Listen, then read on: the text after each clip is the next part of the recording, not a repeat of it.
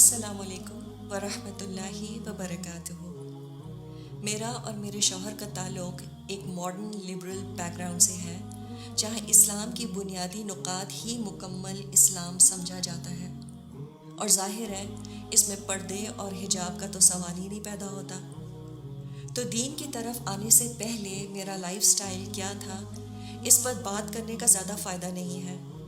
ہاں، بس یہ ضرور کہوں گی کہ اللہ نے ہدایت کے راستے پر ڈال کر بس مجھے ایک اور موقع دے دیا کہ میں اپنے آپ کو اور اپنے گھر والوں کو برے انجام سے بچانے کی ایک اور کوشش کر لوں۔ اس سفر کا آغاز اس بے چینی سے ہوا کہ اللہ نے ہر طرح کی نعمت سے مجھے نوازا ہوا ہے، شوہر، بچے، پیسہ، عزت۔ But what am I doing for Allah? There has to be more to life than having fun with friends and going on vacation. اس بے چینی میں خود سے قرآن پڑھنا چاہا، لیکن اس سے بے چینی کچھ اور ہی بڑھ گئی، کیونکہ بہت سی باتیں بظاہر عقل ہی نہیں مان رہی تھی۔ نساءکم حرث لکم فأتوا حرثکم انا شئتم، تمہاری بیویاں تمہاری کھیتیاں ہیں، بس تم اپنی کھیتیوں کو جہاں سے چاہو آؤ۔ Now what does that mean؟ سمجھ ہی نہیں آتا تھا۔ ان شارٹ، اللہ کی توفیق سے ایک قرآن کلاس جوائن کر لی۔ اس وقت میں اپنے سب چاہنے والوں کو ساتھ ساتھ ایک ڈسکلیمر بھی دے رہی تھی کہ میں بالکل اپنا حال حلیہ نہیں بدلوں گی، بس قرآن سمجھنا چاہتی ہوں۔ مجھے لگا کہ شاید اللہ نے میری دعا سن لی تھی، اور میری دعا یہی تھی، یا اللہ، I want to know what you have spoken to me about in your book۔ اور اللہ نے مجھے قرآن سے ان 2 سالوں میں ایسے گزارا کہ میری تو زندگی ہی بدل کر رہ گئی۔ I still remember، ہم سورہ بقرہ کی ایک آیت سے گزر رہے تھے، جہاں ابراہیم علیہ السلام نے اللہ سے اپنے آنے والی نسلوں کے لیے ایک دعا کی تھی، ربنا وجعلنا مسلمین لک ومن ذریاتنا امۃ مسلمۃ لک۔ اے ہمارے رب، ہمیں اپنا فرمانبردار بنا دے اور ہماری اولاد میں سے بھی اپنا فرمانبردار بنا۔ I think that was the turning point for me۔ بہت روئی کہ میرے بچوں کا کیا بنے گا، اور خیال آیا کہ اگر بچوں کو آگ سے بچانا ہے then I will have to move faster۔ وہ قرآن جس سے میں پڑھا کرتی تھی، اس پر ابھی بھی میرے آنسوں کے بلاچز موجود ہیں، and nothing is more precious to me than those tears، honestly۔ پھر ایمان کے ساتھ حیا نہ بڑھے، now how is that possible؟ تو اسٹیپ بائی اسٹیپ حال حلیے میں بھی تبدیلی آنے لگی، اور ہوتے ہوتے سر کور کرنا شروع کر دیا، اور یہ میرے لیے سب سے مشکل قدم تھا۔ آئینے کے سامنے سے گزرتی تھی تو یقین نہیں آتا تھا کہ یہ میں ہوں۔ ابھی شاید شروع کے ہی چند پاروں پر تھی کہ میری بے چینی اور بڑھ گئی، and I wanted to go all out۔ I wanted to further cover myself and I decided to wear an abaya۔ اس کے لیے گھر والے بھی کچھ تیار نہ تھے، اور مجھے بھی سمجھ نہیں آ رہی تھی کہ اگر میں نے ابایا پہن لیا تو میں کیسے کوپ اپ کروں گی، کیونکہ میرے ارد گرد کہیں بھی ایسا ماحول نہ تھا جہاں پردے دار عورتوں کا انتظام ہوتا۔ اب یہاں پر پرانے دوست بھی کچھ چھوٹنے لگے، کیونکہ ان سے سمجھ نہیں آتا تھا کہ میں بات کیا کروں۔ مجھ سے کسی نے پوچھا کہ تم خوش ہو؟ And I still remember my reply۔ I said, how can I not be happy؟ I am for the first time in my life in love with Allah subhanahu wa ta'ala۔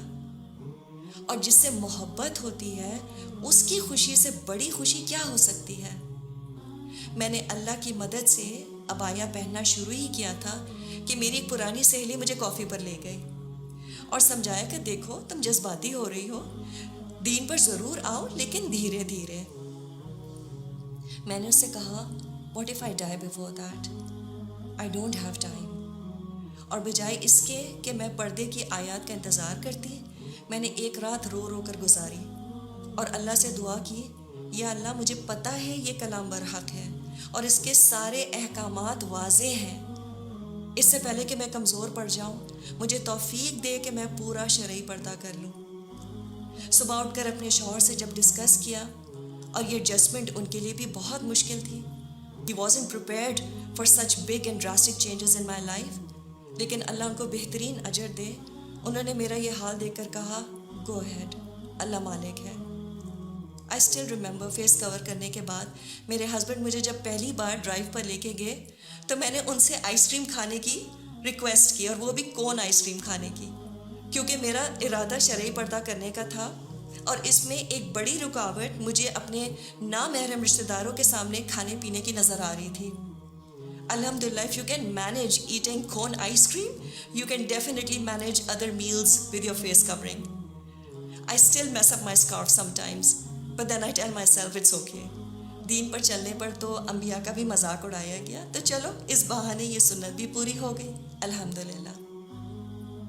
لیکن میری زندگی کا ایک بہت بڑا قدم یہ تھا کہ میں نے مکس شادیوں پر جانا چھوڑ دیا۔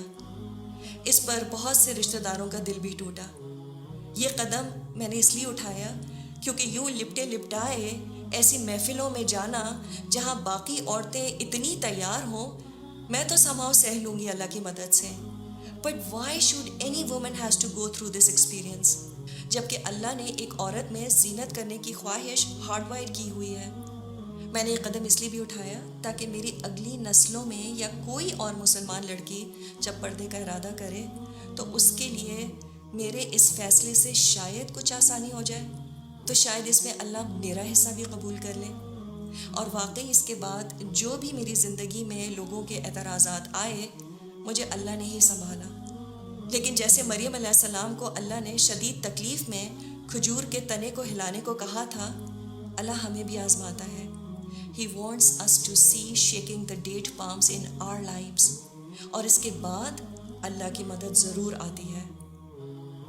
میں یہ تو نہیں کہوں گی کہ اس کے بعد میری زندگی بالکل آسان ہو گئی، پردہ کرنا آسان ہو گیا، لیکن یہ ضرور ہے کہ اس پردے نے مجھے ایک عجیب سی انر سیکیورٹی، ایک اسٹرینتھ دی، اور رات میں میں جب سونے لیٹتی تھی تو سکون سے سوتی تھی، because I felt that all that struggle will be absolutely worth meeting Allah and seeing His face in the hereafter, inshallah.